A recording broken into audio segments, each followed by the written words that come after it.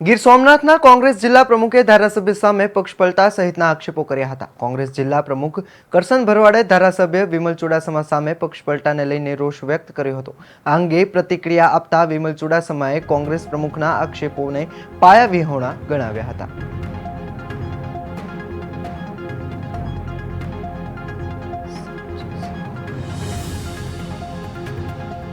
ધારાસભ્ય 5 વર્ષ થઈ ગયા, બીજું વર્ષ બીજી ટર્મ ચાલુ છે, છતાં પણ ગઈ ટર્મમાં પણ પુંજાભાઈ લડતા હતા ત્યારે પણ અહીંયા પ્રેસ કોન્ફરન્સ કરી હતી। આ વખતે પણ એને બીજું કોંગ્રેસને મદદ કરી નથી।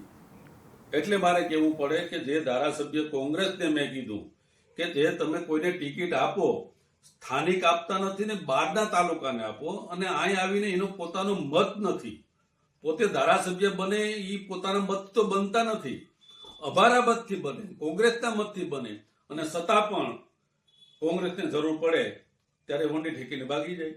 વિમલભાઈ એક ચેક ત્યારે એમને કીધેલું કે લોકસભાની ચૂંટણી વખતે લોકસભાના ઉમેદવાર દ્વારા તેમને ચોરવાડ શહેરની જિમ્મેદારી સોંપેલી, અને ત્યાં ચોરવાડ શહેરમાં કોંગ્રેસની નગરપાલિકા છે, પણ જિલ્લા પ્રમુખને એ ખ્યાલ નથી કે અહીં 1.5 વર્ષથી વહીવટદાર શાસન ચાલી રહ્યું છે। ટોટલ પૂરા ગુજરાતમાં 6000ની ઉપર ગ્રામ પંચાયતમાં ચૂંટણી નથી થઈ, 80થી ઉપર નગરપાલિકામાં નથી થઈ, 13 જેટલી તાલુકા પંચાયતમાં નથી થઈ ચૂંટણી।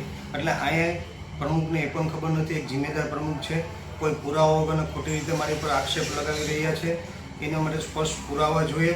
કારણ કે હું એટલે કહું છું કે અહીંયા વહીવટદાર શાસન 1.5 વર્ષથી ચોરવાડ નગરપાલિકામાં ચાલી રહ્યું છે, અને વહીવટદાર શાસન ચાલી રહ્યું છે ત્યારે કોઈ પુરાવા વગર મારા રાજકીય હરીફોના ઇશારે આ એક પછી એક લોકો દ્વારા મને બદનામ કરવા માટેનો પ્રયત્ન